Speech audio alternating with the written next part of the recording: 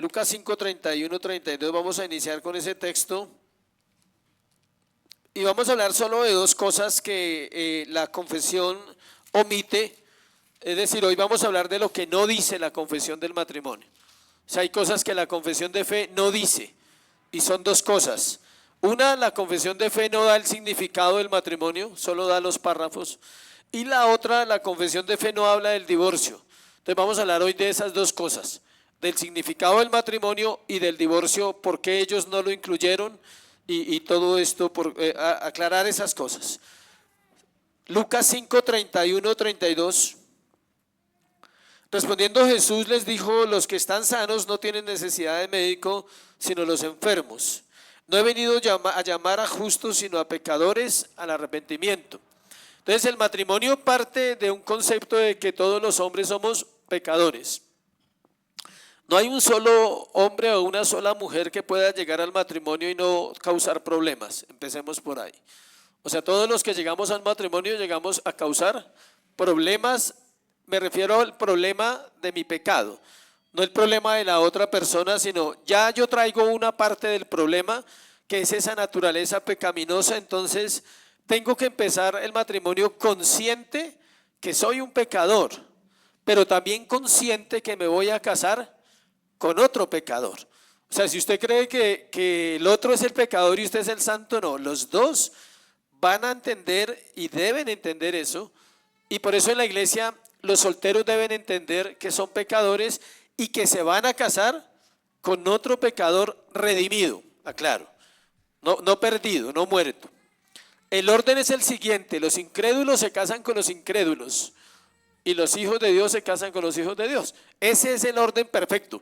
O sea, que un incrédulo se case con otro incrédulo no pasa absolutamente nada, se van a entender a las mismas maravillas.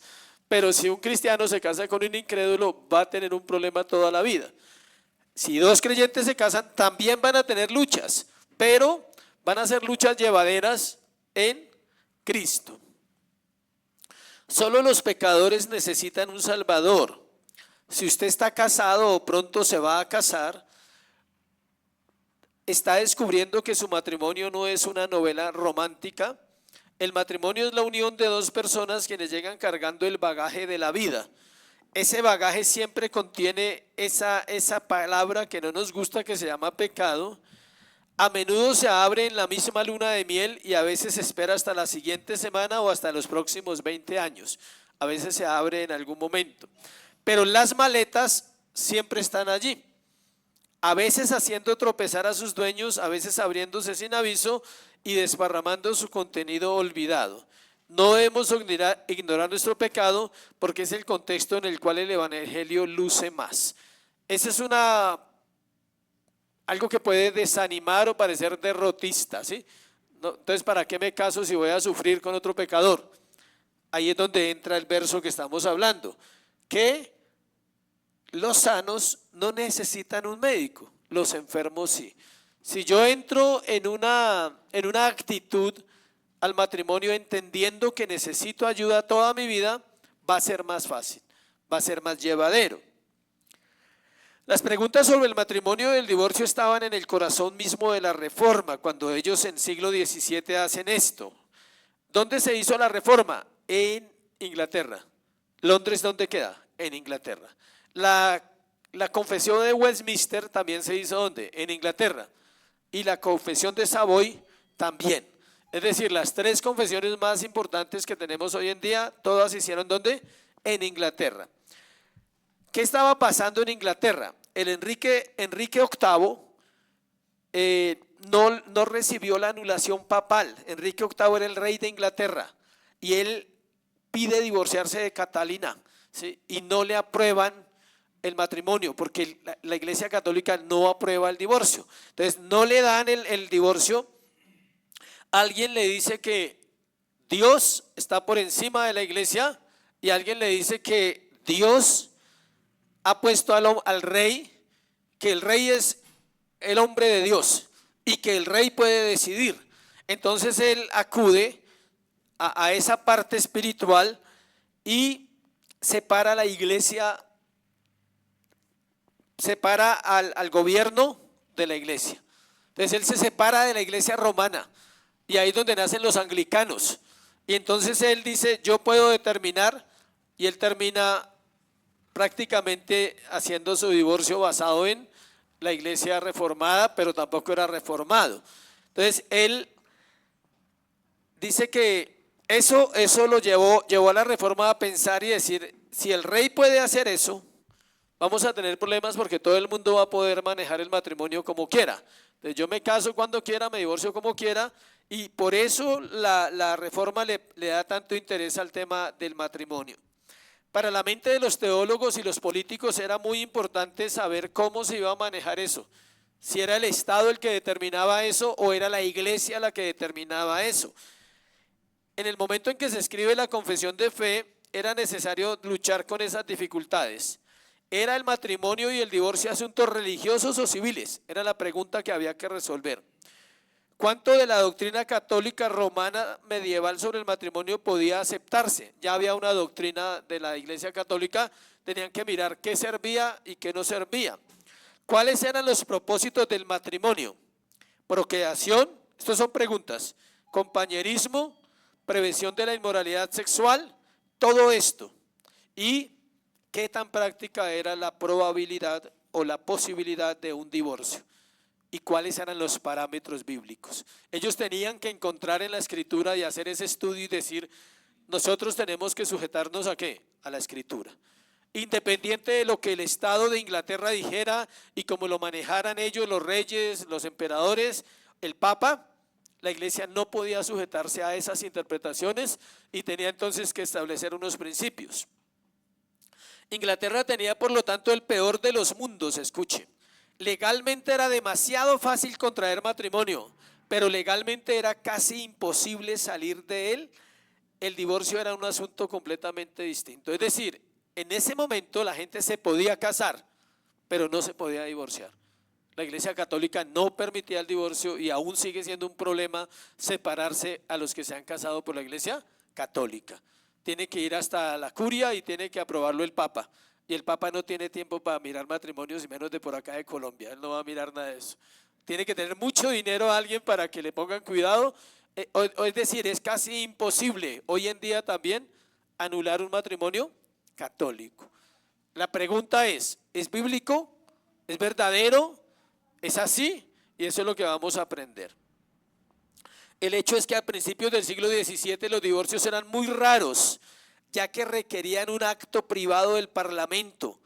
El mismo autor dice que entre los pobres, una vez casadas las mujeres, podían ser fácilmente reducidas al estatus de esclavas o de bienes inmuebles. Así era el proceso en Inglaterra todavía. Y eso que ya habían pasado varios años de que la Iglesia Católica no gobernaba.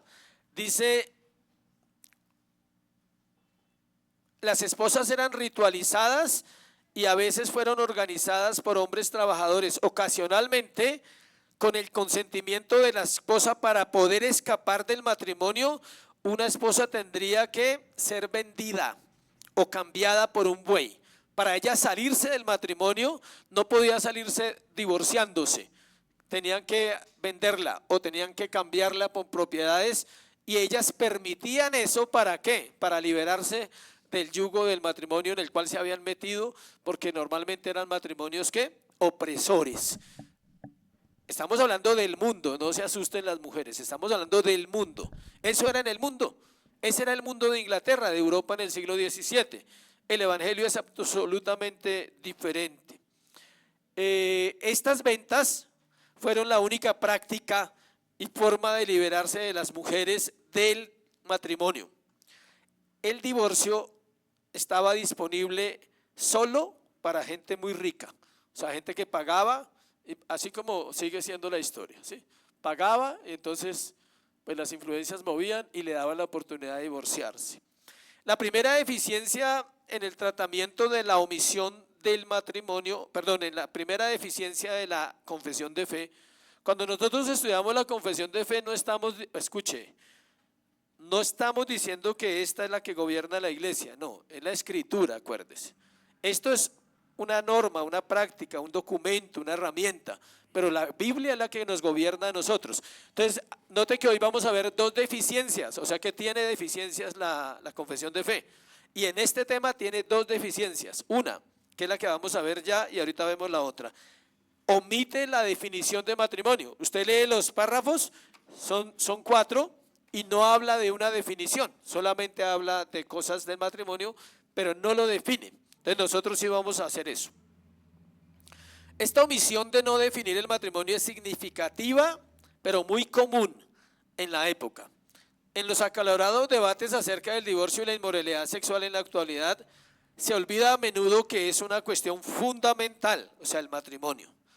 Si nosotros como iglesia le damos una respuesta equivocada o imprecisa a esa pregunta de definir el matrimonio, o simplemente no lo hacemos, con seguridad estamos generando un pensamiento erróneo en la iglesia, impreciso y confuso sobre temas de inmoralidad sexual y divorcio.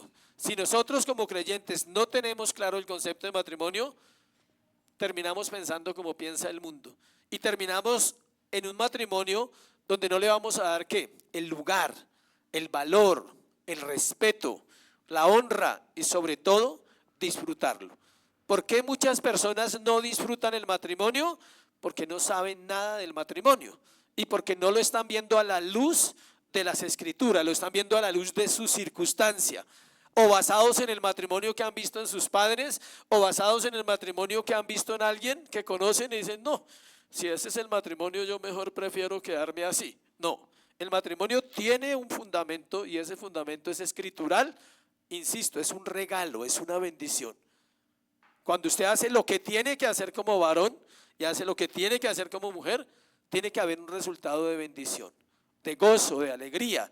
No puede ser una tortura porque entonces no es el matrimonio que la Biblia dice.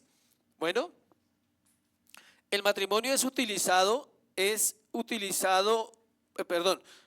el matrimonio es, utilizando la útil frase de James Adams, que es un hombre que escribe mucho sobre familia, dice que es un pacto de compañerismo, es decir, una promesa pública y formal, jurada por un hombre y una mujer mutuamente, que los introduce a una unión matrimonial que tiene el propósito de proporcionarles compañerismo multidimensional durante toda la vida.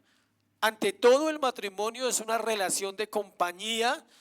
De esa compañía se desprende, obvio, las relaciones sexuales, quizás la procreación de hijos, el acompañarse en una vida, valga la redundancia, toda la vida, donde ya mis problemas no son mis problemas, sino se vuelven nuestros problemas, donde no es mi casa, mi carro, mi beca, sino es nuestra casa, es nuestro carro, son nuestras cosas, son nuestros hijos.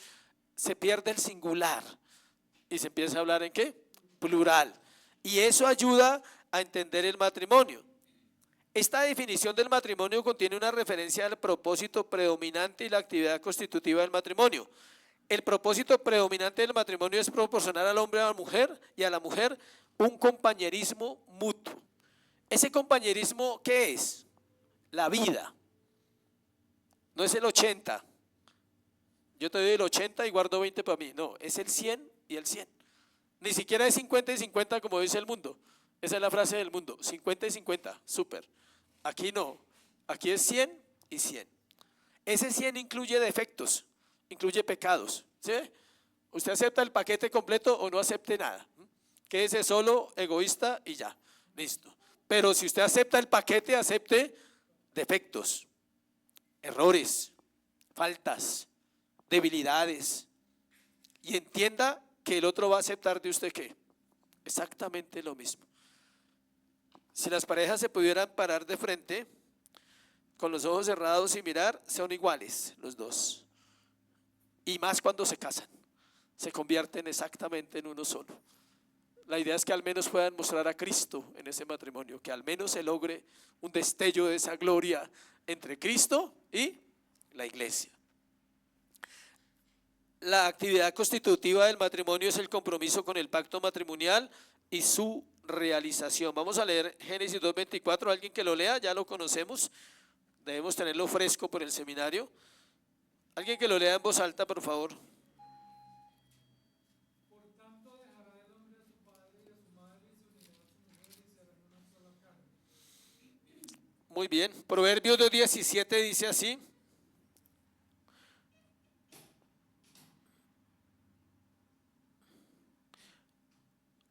Voy a leerle el contexto porque si no, no lo entendemos. Proverbios 2:17. Leo el verso y ya le explico. Dice, la cual abandona al compañero de su juventud y se olvida del pacto de su Dios. El matrimonio es una de las relaciones más que revela más el pacto. Si usted quiere entender la teología pactual, lo entiende también a través de un matrimonio. Entonces dice acá, está hablando de la mujer extraña, dice, serás librado de la mujer extraña, de la ajena que halaga con sus palabras, y ahí viene el versículo, dice, la cual abandona. Todo el que abandona un matrimonio sin causas justificadas, porque hay causas también, sea hombre o sea mujer, es un extraño, es alguien raro. No debió casarse, no entendió por qué debía casarse, no entiende el pacto matrimonial. Aclaro, y le repito, sin causas justas, porque las hay, que ahora las vamos a mirar. Malaquías 2:14, alguien que lo lea, por favor.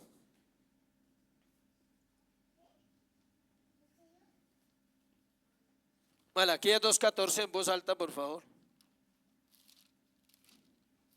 Uno nomás, por favor.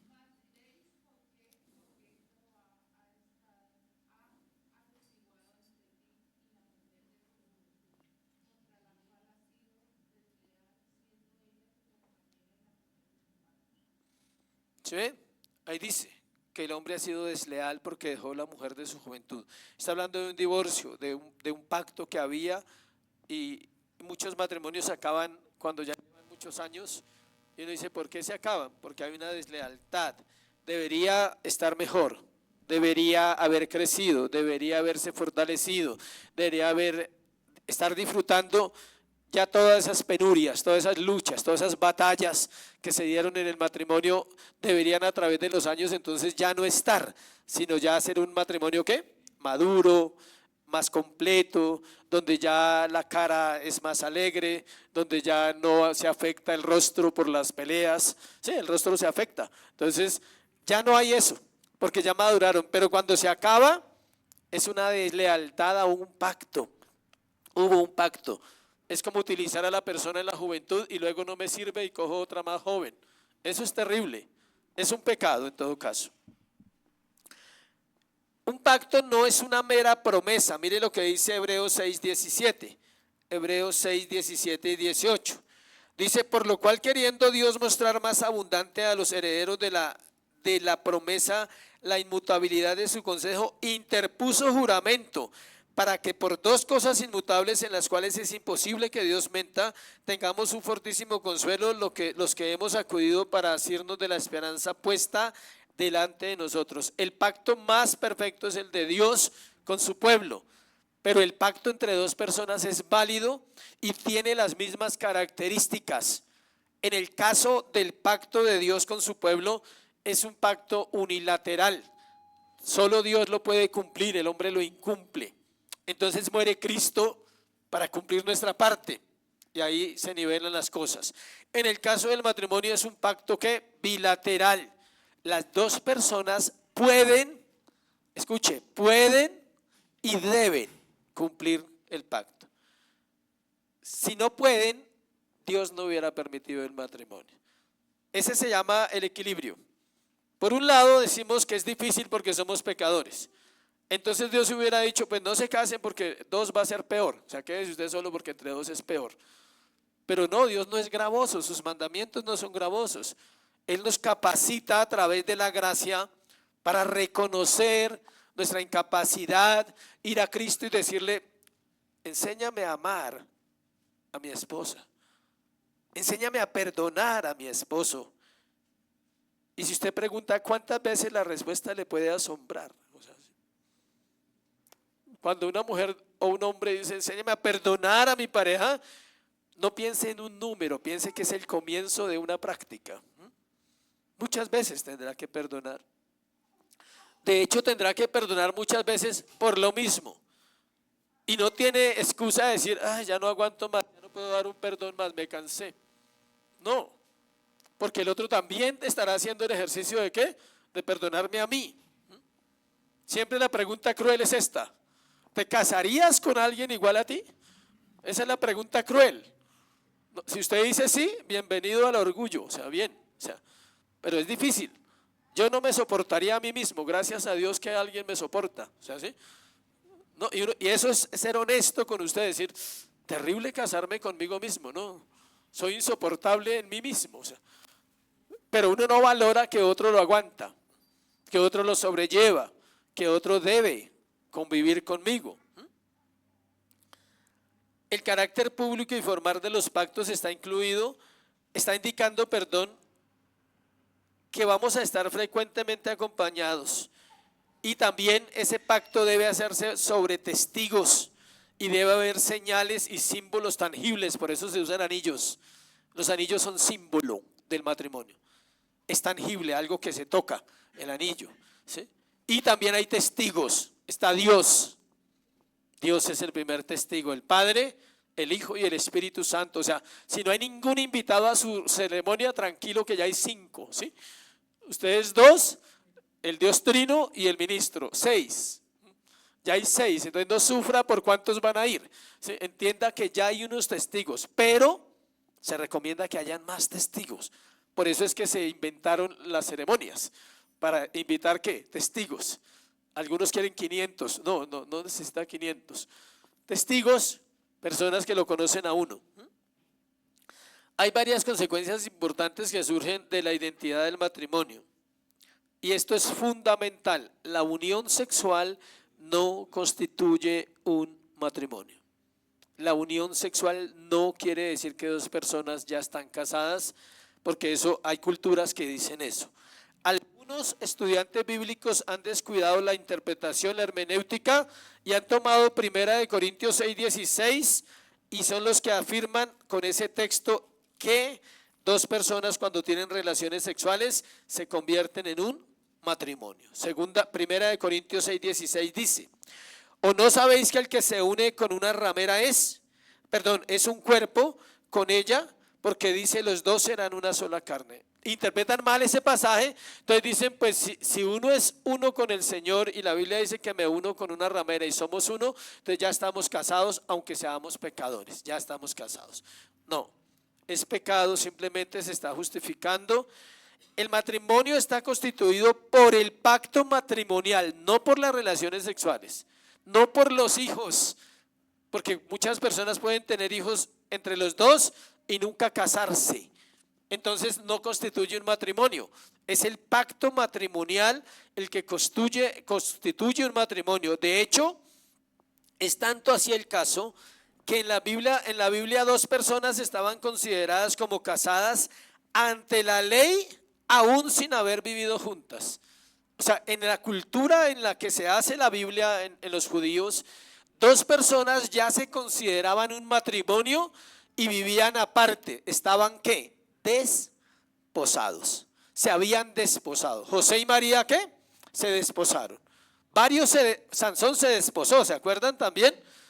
No vivían juntos. El desposarse podía pasar 1 año para casarse, pero desde el día que se desposaron eran un ¿qué? Matrimonio. Y si alguno de los 2 tenía una relación sexual con otra persona, era fornicación, era adulterio, y lo podían matar. O sea, era algo muy serio. Entonces, ¿eso qué muestra? Que las relaciones sexuales no garantizan que 2 personas estén casadas. Es un pacto, ¿sí? En los matrimonios judíos el pacto se hacía a menudo algún tiempo antes de que se consumara el matrimonio. Pero el hombre y la mujer estaban considerados ya como casados. Miremos Deuteronomio 22:24. Deuteronomio 22:24. Creo que vamos a ver una nomás hoy, ya vemos lo del divorcio, para hacerlo más claro. Deuteronomio, ¿qué les dije? Gracias. Deuteronomio 22:24 dice: entonces las sacaréis a ambos a la puerta de la ciudad y los apedrearéis y morirán. La joven porque no dio voces en la ciudad, y el hombre porque humilló a la mujer de su prójimo. Está hablando de un caso de una mujer que estaba desposada y fue abusada. Y dice, ella no avisó, y el hombre se metió con la mujer de su prójimo, los dos deben morir. Ya estaba desposada. Cuando una joven judía se desposaba, no podía mirar a nadie más, no podía estar con nadie más, tenía que esperar. Era un pacto matrimonial, es el pacto matrimonial, sin casarse todavía. Claro, pacto, el nombre es pacto porque estamos hablando del matrimonio como un pacto. El pacto es superior a un compromiso. El pacto era que ya le pertenezco a ese hombre, lo voy a esperar. Sí, es cuando se pide la mano, el compromiso, la reunión de compromiso, aunque comienza, como hablábamos en el seminario, en una relación donde no hay ensayos, errores, sino ya tengo la meta de casarme. Miremos Oseas 2, 16, 19. Oseas, el profeta, 2, 16, 19. En aquel tiempo, dice Jehová, me llamarás Ishi, y nunca más me llamarás Baali. Ishi es marido y Baali es mi señor. Porque quitaré de su boca los nombres de los Baales y nunca más se mencionarán sus nombres. Pasemos al 19, y te desposaré conmigo para siempre, te desposaré conmigo en justicia, juicio, benignidad y misericordia. 20, y te desposaré conmigo en fidelidad y conocerás a Jehová. Hay un dato curioso en el versículo 16, en aquel tiempo, dice Jehová, me llamarás Ishi, marido, y nunca más me llamarás Baali, señor. O sea, es una relación íntima. Imagínese que usted pueda decirle al Señor, tú eres mi marido, tú eres mi esposo. No necesita decirle, tú eres mi Señor. Está más comprometido. Eso es el matrimonio. Es un periodo donde cuando se llega a la decisión del matrimonio, ya se empieza una relación íntima, no física. ¿Íntima es de qué? Conocimiento, de ir conociendo a la persona. Cuando se cometía fornicación después de los desposorios, es decir, antes de llegar al día de la boda, era tratado como adulterio. Cuando ya se cometía un caso de esos. Por eso José, cuando se enteró de María, dice que no quiso infamarla. Si él hubiera hablado, la hubieran apedreado. Pero obvio que Dios ya tenía toda esa parte ordenada. Las ceremonias matrimoniales públicas en que se hacen votos o juramentos, se intercambian anillos y hay testigos presentes y Dios es reconocido, no es una tradición, es un fundamento. Desde todos los tiempos antiguos ha existido la ceremonia matrimonial. ¿De acuerdo al contexto de qué? De la cultura. ¿Qué hacían en el Antiguo Testamento? Daban regalos, la dote, les tocaba dar la dote. ¿Quién pagaba la dote? ¿El papá de quién? El del novio pagaba, no pagaba, daba un regalo por la esposa. Entonces, cuando habían hartas mujeres en una casa, ellos sabían que eso representaba ¿qué? Riquezas, prosperidad. No era que las vendían, aclaro, ¿no? Antes de que los de la mente comerciante digan, ya las vamos a vender. No, no es venderlas, no es venderlas, es hacer lo que dice la palabra. Cuando habían mujeres, pero había mire el beneficio. ¿Cuál era el beneficio? La dote. ¿Cuál era la pérdida? La mujer, porque la mujer se iba. En cambio, cuando era un varón, ganaba una hija. ¿Sí ven la diferencia? Si tenía solo hombres, una familia que tenía 12 hombres iba a tener 12 mujeres. 12 hijas llegaban a la casa de la familia, porque eran 12 hombres y llegaban las esposas. Cuando eran 12 mujeres, la casa se queda sola, porque todas se van. Ya. Así era como funcionaba en el Antiguo Testamento. El pacto matrimonial no debe ser regulado frívolamente, hecho a la ligera o pasado por alto casualmente. Toda relación fuera del pacto matrimonial es pecado. La relación sexual entre dos personas que no se han jurado solemnemente un pacto matrimonial es una transgresión a la ley de Dios. No arrepentirse de tal transgresión tiene como resultado inevitable la experiencia de la ira de Dios en el infierno. Es decir, hay un tiempo que es la vida. Aclaro ese punto porque es controversial. Cuando dos personas no se han casado, entonces viven en pecado, es lo que decimos. Pero tienen la vida para resolverlo. No es que todos los que empiezan así, todos se perdieron y nadie se va a salvar. No, casos es lo único que hay acá en la iglesia, ¿sí? De muchas personas que llegaron así y luego ordenaron su camino, se casaron, hicieron su proceso. Qué bueno eso. Entonces no está diciendo que la persona se condena porque cayó en fornicación, no, está diciendo si no se arrepiente. Ahí está la posibilidad. El Señor está dejando la puerta abierta para que las personas se casen. Cuando Dios crea al hombre en Génesis, dice la escritura, vamos a Génesis para terminar con ese pedacito. Cuando Dios crea al hombre en Génesis 1, 26, 28, dice, los bendijo Dios y les dijo, fructificad, multiplicad, llenad la tierra, sojuzgadla, señorear en los peces del mar, en las aves de los cielos y en todas las bestias que se mueven sobre la tierra. Perdón, el 26. Entonces dijo Dios, hagamos al hombre, ¿qué? A nuestra imagen conforme a nuestra semejanza. Pasemos al capítulo 2. Cuando dice, entonces, 21. Entonces Jehová Dios hizo caer sueño profundo sobre Adán y mientras éste dormía tomó una de sus costillas y cerró la carne en su lugar y de la costilla que Jehová Dios tomó del hombre hizo una mujer y la trajo al hombre. Note que en la Biblia no dice que la mujer fue creada a imagen de Dios. Dice que fue creado ¿quién? El hombre a imagen de Dios. Pero el hombre tiene la imagen de Dios, entonces la creación que sale de él tiene ¿qué? La imagen de Dios. No hay ningún argumento para pensar que la mujer no tenga la imagen de Dios. De hecho, el Señor lo hace a propósito para que el hombre comprenda que la mujer salió de él y que tiene que valorarla y tiene que respetarla, todo lo que se hace en un pacto matrimonial, ¿sí? Para amarla, respetarla, cuidarla en la enfermedad, en la abundancia, en la pobreza, en la riqueza, se hace con ese fin, de que el hombre recuerde que la mujer salió de él y que el hombre debe tener la imagen de Dios. Cuando el hombre entiende que él es la imagen de Dios, hace que su esposa sea vista igual, que ella también tiene que la imagen de Dios. Entonces, si el hombre no tiene la imagen de Dios o si la tiene escondida, por allá olvidada en un rincón del corazón, no espere que su esposa se comporte como una hija de Dios. O sea que el hombre es responsable también de que la esposa crezca, ahí lo dice en Efesios, madure, se santifique. ¿Cómo la santifica? Con la palabra, enseñándole las escrituras. ¿Cuántos esposos oran con su esposa? Así sea una vez, cada 2 semanas, cada 8 días. Muchos no lo han hecho, no lo hacen. Y ya se les ha dicho, cada año se les dice, cada consejería se les dice. No lo hacen.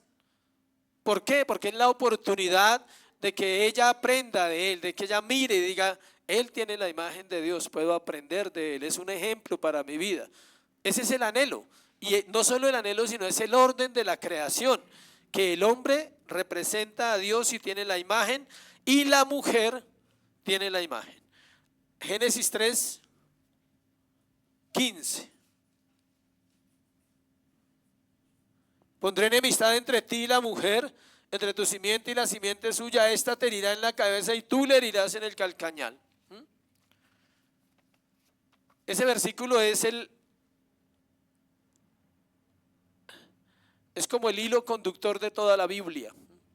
Esta semana aprendimos mucho sobre ese versículo en la teología bíblica que estuvimos con José, una semana aprendiendo sobre las escrituras y aquí, escuche bien, en el versículo 14,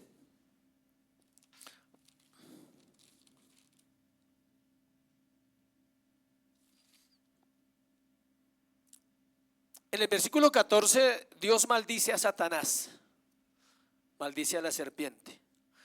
En el versículo 15 da ¿qué? La promesa del evangelio. En el capítulo 16 no maldice a la mujer. Y en el capítulo 17 no maldice al hombre, maldice la tierra. ¿Sí ve? No hay ninguna maldición sobre el hombre y sobre la mujer que Dios haya dado como un decreto. La maldición vino por el pecado. Es una consecuencia del pecado. Sí la había, pero Dios guarda, la boca de Dios es poderosa. Si Dios hubiera dicho algo así, estaríamos graves. La maldición vino por el pecado, por el hombre. Dios no envió la maldición, el hombre se la buscó por su pecado. Pero sí maldice la serpiente y sí maldice la tierra.